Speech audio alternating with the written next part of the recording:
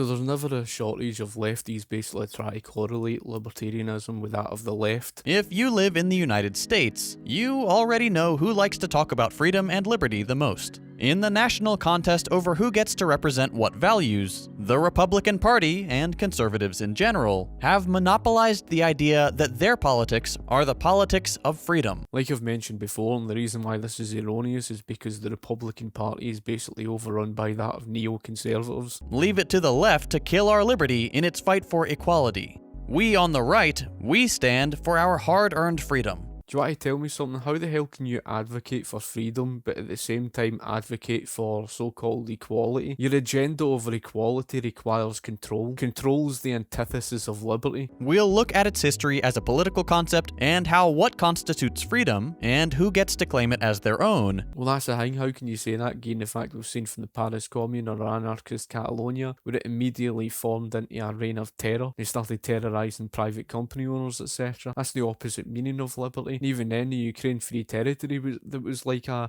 military dictatorship. It was nothing at all like their idealistic communes, etc. And it started acting like a government, and they couldn't even get rid of the class struggle that they constantly piss and moan about. You don't seem to understand the difference between that of theory and practice. It's all well them having their ideals and what, the likes of them had written, but it's what you put into practice that actually matters. Let's hypothetically speaking say you get rid of the private sector completely. Well, how are you going to uphold that across a large population in a large country? How do you maintain that? How do you keep private ownership out of sight? If there's no government and human beings are naturally self-interested, human beings are just naturally going to go and do their own thing. So you have to maintain something in order to keep that out of sight. Now somebody came back with a response and he tried to say, and he's the only person to be fair, but his response was so irrational. Well, you keep private ownership out of sight. Private ownership somehow needs government, because what it proves is he doesn't even understand the American Constitution. I bet you that's something that's gobsmacked you. The rights of people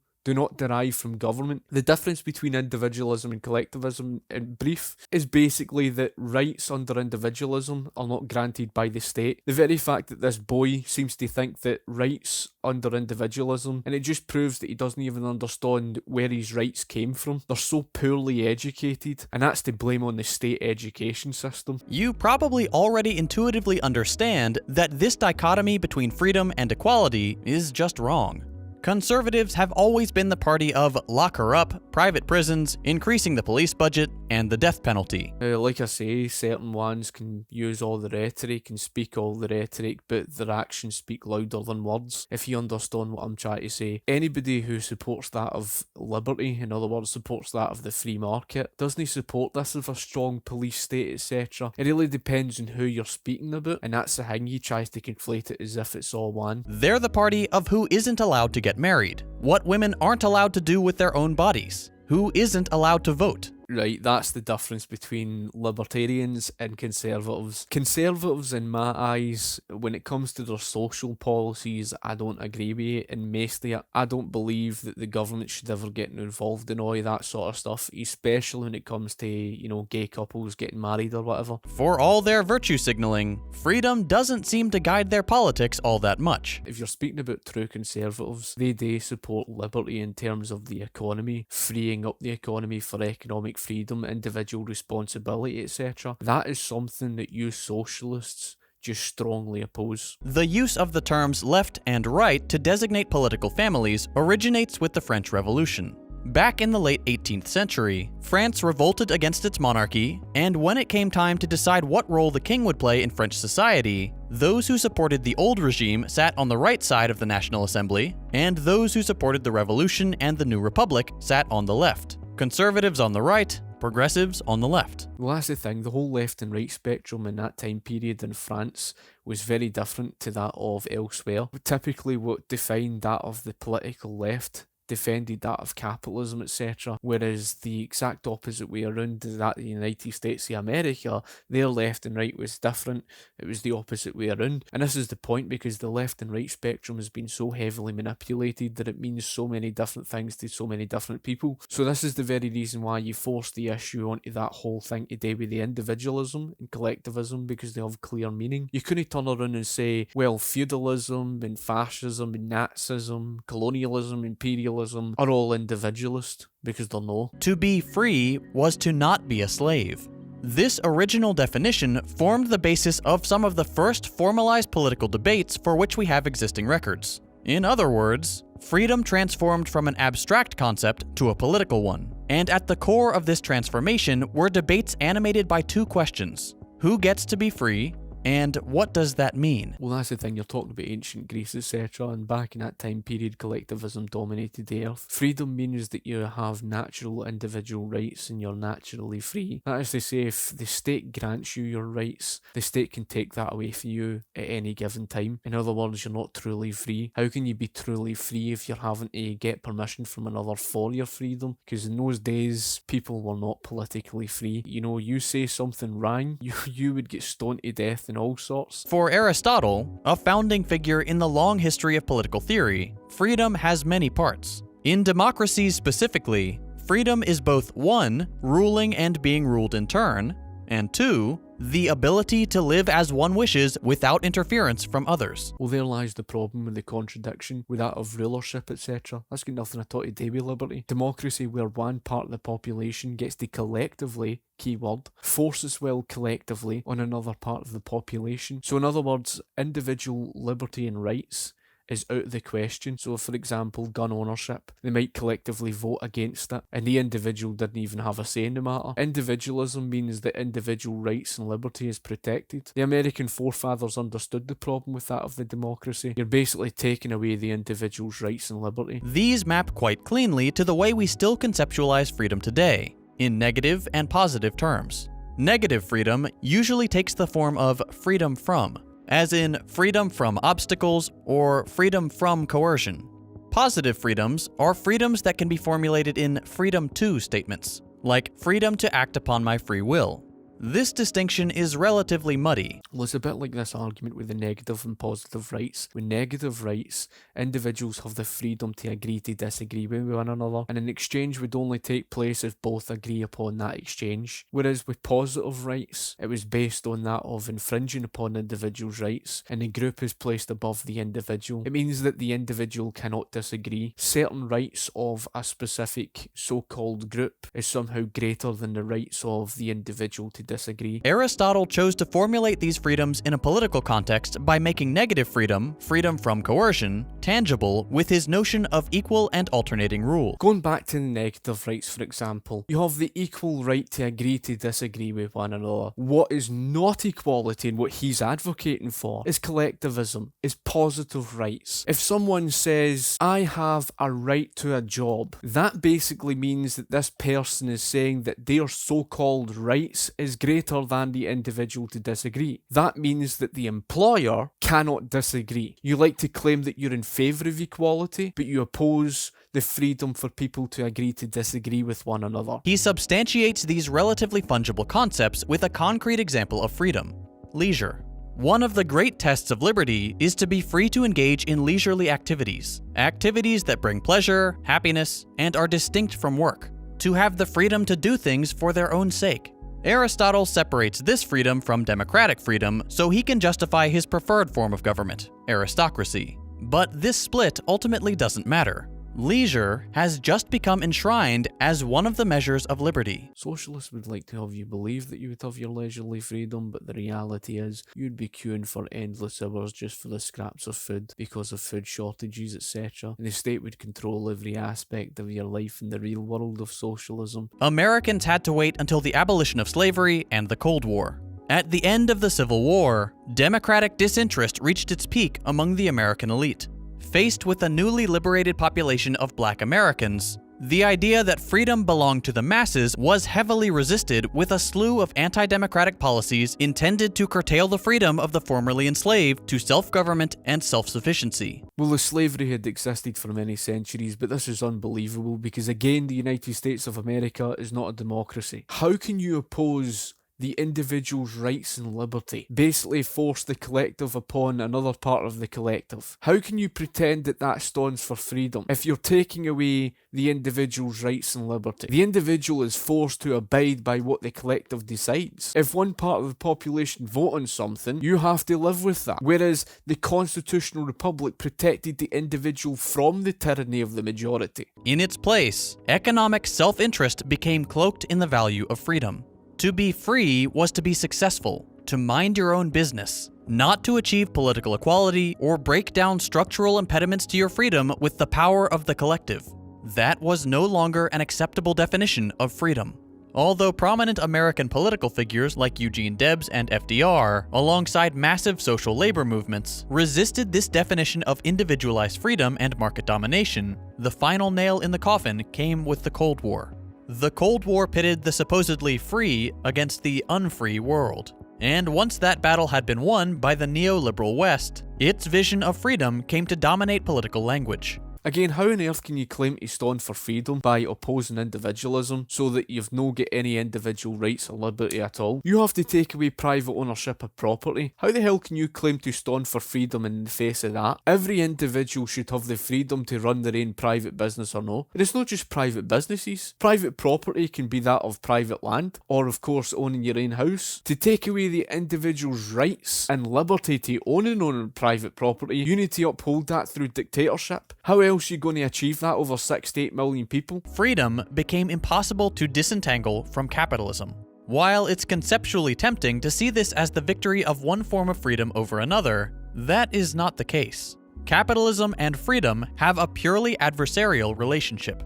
Despite constantly being told that the two terms are synonymous, a capitalist regime all but eliminates freedom in economic matters. Again, how can you say that you stand for economic liberty by opposing capitalism when it's capitalism that gives you the freedom to choose whether you want to start up your own private business, run your own private property, or of course to, own your own house or own your own land, etc. To oppose all of that is to oppose individuals' rights and liberty. Let's say there's no government. How the hell are you going to keep the private ownership of property out of sight when you've got 6 to 8 million people across the whole of Great Britain? You honestly think if the state just disappeared, and given the fact that, humanity is self-interested, that they're honestly just going to do what you tell them? They'll just go and start up their own private business. So how are you going to keep it out of sight? You have to have an entity there, an overseer, to ensure that it's never going to return. That's going to be a state. That's going to be a government. That's going to be a dictator. That's essentially where it leads in the real world. No, your hypothetical deluded fantasy world. You've already conceded before in the past that you believe in paying people a wage. Well, if that's the case, then how the hell are you going to do that without that of the private sector? Because your only other option is that of the printing press, and that's just going to drive them into hyperinflation. And so, by extension, in social affairs. Of course, defenders of this system will say this is not the case. After all, capitalism provides us daily with the freedom to make personal decisions as consumers. Not only is this form of freedom incredibly limited, the great majority of our economic system is demonstrably unfree for most people. We see this play out most clearly in the domain of work. While capitalism sells us the idea of workers as consumers, who get to select from a catalog of meaningless jobs for the way to spend the majority of their waking hours, the exact opposite is true. People are forced into jobs for wages that rarely ever justify their efforts, for hours they do not choose, and in conditions they can't improve. Again, you're ignoring the fact that you're living under a mixed economy, which is why you're so full of shit. You've got the strong government intervention, public services like the state running the fire department, etc., and you're pretending as if, socialism's got no presence at all, as if you're living under this strongly capitalist system, despite the very fact that the private sector's all regulated by the state. You'd be left running the printing press that would drive you into hyperinflation. Sure, we're free to not take a job we don't like, but on the other side of that decision is an economy where everything essential has been privatized. Your home, your food, your water and electricity, the services that you need to live, like hospital care. You're not living under the type of economy with true private ownership. What you've got is a private sector that's strongly regulated, in other words, controlled by that of the government. Every part of your basic survival requires you to accept this bad deal. There's no freedom between the choice of work and death. Oh, it's this stupid argument again. Now there's the problem, because it's the same with any system. If you're not going to work for a living, then how the hell do you expect things to be produced? And how the hell would you sustain such a large population, like 6 to 8 million people, if barely anybody is working? How the hell do you think your food gets transported? Or how do you think the food is produced to begin with? What do you think went into producing the tractors, etc.? All the machinery and the tools and the upkeep of such machinery. It's work that goes into producing all these things. See, if nobody had to work for a living, people would just starve to death, simply because the fact that food just doesn't just magically appear. It was capitalism that reduced your work week hours through all the machinery, etc., and the production, etc., that enabled people to have free time in their life. And you're also ignoring the fact that in a capitalist system you would have charitable operations. I'm just lost for words how stupid people like you are. And our capitalist system makes that clear. Work lifts us out of a poverty manufactured by a system where jobs are the entry ticket to bare survival. It is so infuriatingly ignorant when people like you call the United States of America a capitalist system when you're not living under an individualist system at all. Individualism is clear by definition. Do you want to explain to me how on earth did you draw to the logical conclusion that you're living under an individualist system today, despite the fact that your entire private sector's all regulated by the state? You're living in the style of economy that's a mixed economy between the public and private sector and heavy government intervention. You're talking pish. And any form of economic security is rare. Today, the majority of Americans can't scrape together $400 for an emergency expense. But that's ignoring the very fact that through all the government intervention it created that problem. Again, a capitalist system's about that of a free market in healthcare. How the hell can you claim that the main American healthcare market is a free market? When individual freedoms are allowed to dominate collective and democratic freedoms, the only freedom that is actually protected is the freedom of the wealthy to persecute the worse off. You're living under the type of system that's forced people into a collective group to pay for the losses of others. Welcome to something that's inherently collectivist, where you force society to collectively pay for the losses of others, such as the bad banks that became too big to fail. How the hell can you claim that's something to do with capitalism? If it was individualist, then the bad banks would have been left to fail. You don't even understand what individualism is. There are, of course, the many ways our supposed freedom as consumers is infringed upon by capitalism's natural monopolies who happily jack up prices on essentials like life-saving medication. Again, if private pharmaceutical companies got away with a collusion in the background simply because of what government created with the third-party payer system. The third-party payer system meant that the government created a monopoly of cost in the background. So in other words, the consumer is out the question. It's an anti-capitalist system. As they say, the consumer can't shop around for the cheaper cost. So what it's done to is because of your socialist government interventionism, you've ended up creating the problem. That's what enabled that collusion to form. That's got nothing at all to do with a capitalist system. That's your fault for opposing the capitalist system. In a society where work takes up most of our waking hours, most of our energy, and work is the only means by which we can guarantee our security, leisure is a luxury. Freedom is a luxury. The reason I am this insistent on the harms to freedom a capitalist system produces is because there are better alternatives. Under socialist organizations of the economy, the economic coercion seen under capitalist regimes virtually disappears, and freedom takes its place. Your idealistic system would result in the economic calculation problem. You would be faced with the issue over the inflationary problem. You would set down price ceilings that would end up resulting in that of the food shortage crisis. Furthermore, in order to keep private ownership out of sight, which you wouldn't even get that far anyway, but because society is filled with people who are self-interested, basically keeping that out of sight without dictatorship, that's the problem. In the real world of socialism, you're going right down the road of totalitarianism. You're not going down the road of freedom at all, and it's been tried that many times over. It's laughable that anybody would claim that socialism would result in freedom. People who have actually lived the real world of those experiments, such as, for example, so-called democratic socialist Venezuela, where they were leading more and more down the road of totalitarianism by the year. Funny enough, look at the state they're in.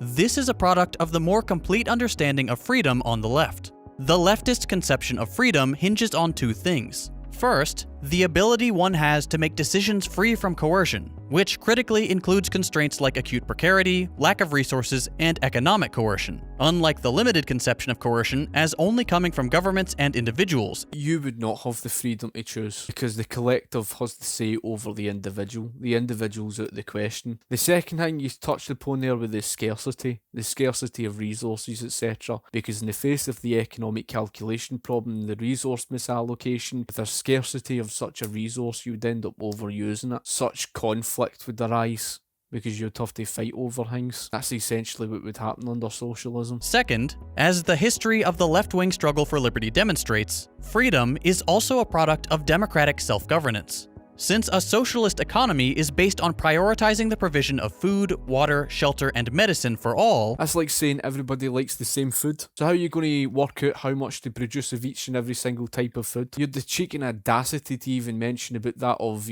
so-called capitalists throwing away and wasting food. Not all food is the same. Not everybody likes the same food. And across a large population, again, referring to the economic calculation problem, you're faced with a catastrophe there. Not blindly following the profit motive or depriving people of these basic needs. Oh my god, man. I don't think that you socialists understand how stupid that argument is. The reason why we know for a fact that you don't understand basic economics is because there is absolutely nothing more important than the information of profits. And profits is the information of consumer demand. That's what that is. That is 100% accurate of what profits are. Profits is the information of what consumers are spending most on. In other words, what you're basically saying is you are not interested in consumer demand. You're not interested in what the consumer's needs and wants are. That's essentially what you're saying by opposing profits, because you're stupid.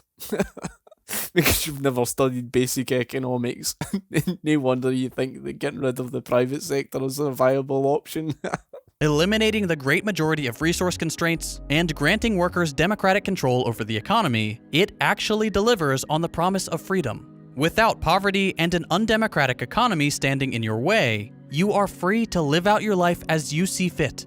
Liberty and freedom are left-wing ideals. No matter how hard the global neoliberal consensus tries to convince us otherwise, there is no hiding this simple fact. I'm a photographer and I want to do that of pet photography and run my own private business. Of course, I've got my own business site and stuff like that. You want to take that away from me, and that's what, photographers rely upon. You want to take that right away from all those photographers. How the hell in your idealistic world would I be able to achieve that and do my own thing? It's contradictory. Because you're taking away private property, and you're going to go down the road again with a serious inflationary problem. Even if you argue in favour of a moneyless based economy, it's quite frankly stupid, because trade then comes down to barter. I don't know if you've got anything you would like to add in. Comment in the comments section below and I'll be sure to get back to you. Thank you for watching. Be sure to like the video and share the video, and I'll be sure to get back to you. Cheers.